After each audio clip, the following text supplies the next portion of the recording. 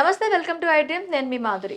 Sciatica ఇప్పుడు చాలా మందిలో ఇది ఎక్కువగా కనిపిస్తుందని చెప్పి డాక్టర్స్ అంటున్నారు. అసలు ఈ సయాటికా పెయిన్ ఎందుకు వస్తుంది, వస్తే దీనికి ఎలాంటి ట్రీట్మెంట్స్ అవైలబుల్గా ఉన్నాయి, డీటెయిల్గా చెప్పడానికి మనతో పాటు ఉన్నారు డాక్టర్ మనోజ్, ఆర్థోపెడిషియన్. తనని అడిగి డీటెయిల్గా తెలుసుకుందాం. Hello sir. సయాటికా పెయిన్, అసలు సయాటికా పెయిన్ ఏ భాగంలో ఎక్కువగా వస్తుంది, ఇది రావటం వల్ల ఎలాంటి ప్రాబ్లమ్స్ ఉంటాయి, దీనికి ఎలాంటి సొల్యూషన్స్ ఉన్నాయి? సయాటికా అనగానే చాలామంది అట్స్ వేగ్ క్వశ్చన్ అనమాట. అంటే దీంట్లో ఏంటంటే 10వ తరగతి చదివే వాడికి నెక్స్ట్ ఏ లెవెల్ ఏం తీసుకోవాలనే దాని సెక్షన్స్ ఎలా ఉంటాయో, సో ఒకటి సైన్స్ తీసుకోవచ్చు, ఆర్ట్స్ తీసుకోవచ్చు, ఇలా ఉంటాయో.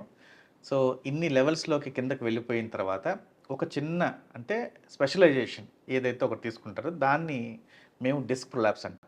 సో ఈ సయాటికా అనేది ఒక బ్రాడ్ టర్మ్ అనేది ఎందుకంటే అంటే అన్ని నరాలు అంటే L3 కావచ్చు, L4 కావచ్చు, L5 కావచ్చు, S1 కావచ్చు, అన్ని నరాలు కలగలిపి తీసుకొని కిందకి వచ్చే ఒక లెవెల్లోకి తొడ భాగంలోకి బ్యాక్ సైడ్ అంటే మన తుంటి ఎముక బ్యాక్ సైడ్కి నరాలు పాస్ అవుతుంటే అక్కడ సయాటిక్ నర్వ్ అని ఒక ఫామ్ అవుతుంది. ఓకే, ఈ అన్ని నరాలు కలిసి ఒక నర్వ్గా ఫామ్ అవుతుంది. ఆ ఫామ్ అయిన నర్వ్నే సయాటిక్ అంటారు.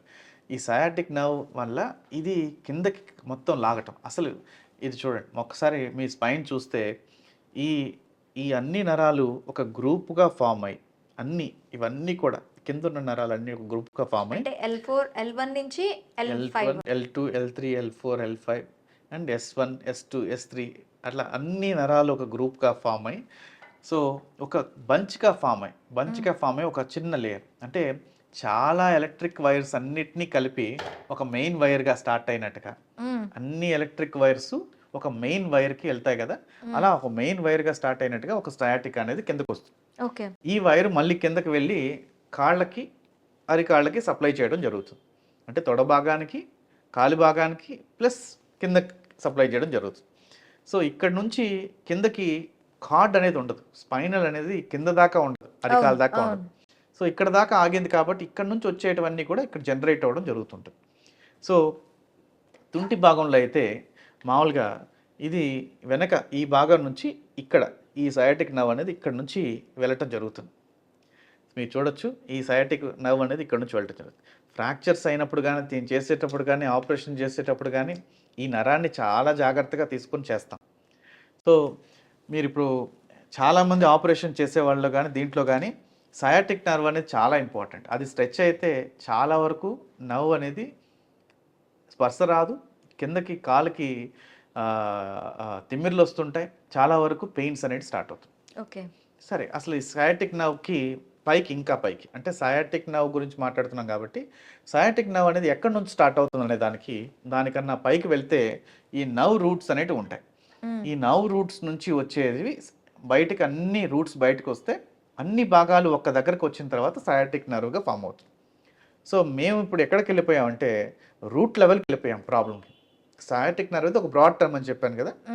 సో అందరికీ ఒక చెప్పడానికి ఓకే, మీకు సయాటికా ఉంది, మీకు కాళ్ళు లాగుతుంది, మీకు సయాటికా ఉంది, కాళ్ళు లాగుతుంది. ఏ భాగంలో రూట్ నలిగితే ఈ సయాటికా వస్తుందని చెప్పడంలో డాక్టర్స్ ఇంకా నాలెడ్జబుల్గా ఉన్నారు ఇప్పుడు. సో ఇప్పుడు ఒక్క నర్వ్ మొత్తం అన్ని నర్వ్స్ లో కాదు, సింగిల్ నర్వ్ లో మనకి పెయిన్ ఉన్నా కూడా ఈ సయాటికా కాజ్ కావచ్చు.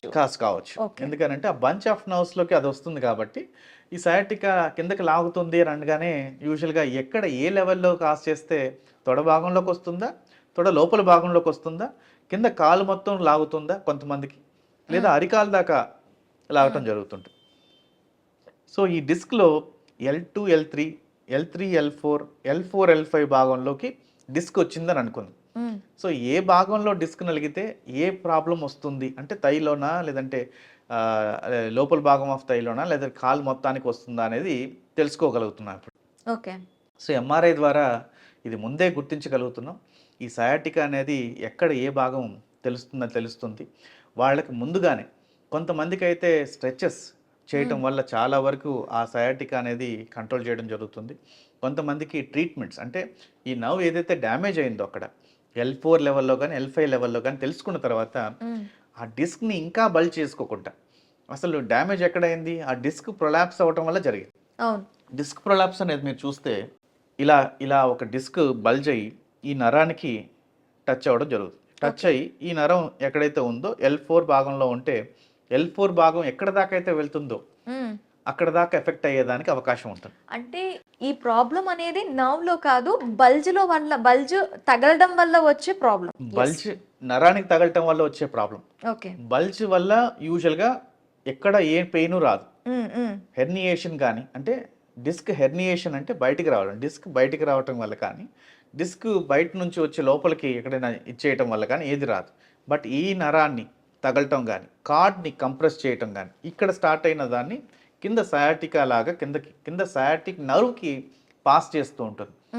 నడుములో జరుగుతున్న ప్రాబ్లం చాలా మంది నడుములో చెప్పలేకపోవచ్చు, కాల్లో చెప్పొచ్చు, కానీ స్టార్ట్ అయ్యేది మాత్రం నడుములోనే. ఓకే. సో ఈ సయాటికా అనేది కాలుకు చూపిస్తూ ఉంటారు చాలా మంది, కానీ నడుములో జరిగే ప్రాబ్లం అనేది డాక్టర్ గారు చెప్పేదాకా తెలియదు. సో ఇది సయాటికా ఇక్కడ స్టార్ట్ అయిన తర్వాత వీళ్ళకి ఈ నర్వ్ ఏవైతే డ్యామేజ్ అవుతుందో దాన్ని హీల్ అవ్వటానికి, మైలిన్ షీత్ ఇంప్రూవ్ కావడానికి ఇంజెక్షన్స్ కావచ్చు, ట్యాబ్లెట్స్ కావచ్చు, అండ్ కొన్ని స్ట్రెచెస్ కావచ్చు. డాక్టర్ గారు ముందు చెప్తారు. ఇనిషియల్ డేస్లో స్ట్రెచెస్ అనేటివి చేయకూడదండి, ఎందుకంటే ఆల్రెడీ కండరాలు చాలా టైట్గా ఉంటాయి. అవి ఇంకా స్ట్రెచ్ అయితే టేర్ అయ్యడానికి అవకాశం చాలా ఎక్కువ ఉంటుంది. అలాంటప్పుడు స్ట్రెచెస్ చేయడం ఇంపార్టెంట్ కాదు. సో కొన్ని రోజులు తగ్గించుకోవాలి. ఫస్ట్ పెయిన్ తగ్గాలి, స్పాజం తగ్గాలి, అంటే కండరాలు టైట్గా ఉండేటివి రిలాక్స్ అవ్వాలి. రిలాక్స్ అయిన తర్వాత స్ట్రెచెస్ చేయమంటాం. స్ట్రెచెస్ చేస్తే కొంత డిస్క్ భాగం అనేది కదిలి ఈ నరువు మీద ప్రెషర్ అనేది కొంచెం తగ్గించడం జరుగుతుంది. దానివల్ల వాళ్ళకి రిలీఫ్ అనేది చాలా వరకు రావటం జరుగుతుంది. యూజువల్గా ఈ ప్రెషర్ అనేది ఎక్కువగా ఉంటే కార్డు మీద, ఇది కింద రెండు భాగాలకి, అంటే ఒక సైడ్ వస్తే కుడి కాలుకి వచ్చింది డాక్టర్ గారు అంటారు, కొంతమంది ఎడం కాలుకి వచ్చింది అంటారు, కొందరు రెండు కాళ్ళకు వచ్చింది అంటారు. రెండు కాళ్ళకు వచ్చింది అని అంటే దానికి కారణం ఏంటంటే ఈ డిస్క్ బల్జ్ అనేది సెంటర్లో ఉంది అని. ఓకే. అదే ఒక సైడే ఉందంటే ఇది ఒక సైడ్ మీకు కనపడుతుంది ఇక్కడ, ఈ ఒక్క సైడే ఉండడానికి కారణం ఒక సైడ్ వచ్చేవాడు. రెండు సైడు వచ్చిన వాళ్ళు ఉంటారు టేర్ అయ్యి, ఒక సైడు వచ్చిన వాళ్ళు ఉంటారు, సెంటర్లో వస్తే రెండు సైడ్లు కాళ్ళు లాగటే వాళ్ళు కూడా ఉంటారు. దీనికి టాబ్లెట్స్ ద్వారా ట్రీట్మెంట్ అయితే కొంతమందికి గ్రేడ్స్ పెరిగి, అంటే గ్రేడ్ 1, 2, 3, 4లో థర్డ్ గ్రేడ్ కాకుండా 4th గ్రేడ్లోకి పెరిగి నరాన్ని ఎక్కువగా నొక్కిపడడం జరుగుతుంటుంది. ఆ 4th గ్రేడ్ ఉండే వాళ్ళకి ఖచ్చితంగా ఎమర్జెన్సీకి తీసుకెళ్ళి ఆపరేషన్, ఆ డిస్క్ ఏదైతే బల్జ్ అయిందో దాన్ని తీయడం జరుగుతుంది. ఇప్పుడు కీ హోల్ సర్జరీస్ వచ్చేసాయి, చిన్న హోల్తో దాన్ని తీయడం జరుగుతుంది. చేసిన రోజే నడవటం జరుగుతుంది. చిన్న హోల్స్ కాబట్టి ఎక్కువ బ్లీడింగ్ లేదు కాబట్టి ఇన్ఫెక్షన్స్ కూడా లేకుండా తొందరగా వాళ్ళు రికవర్ అవ్వడం జరుగుతుంది. Okay doctor, thank you very much.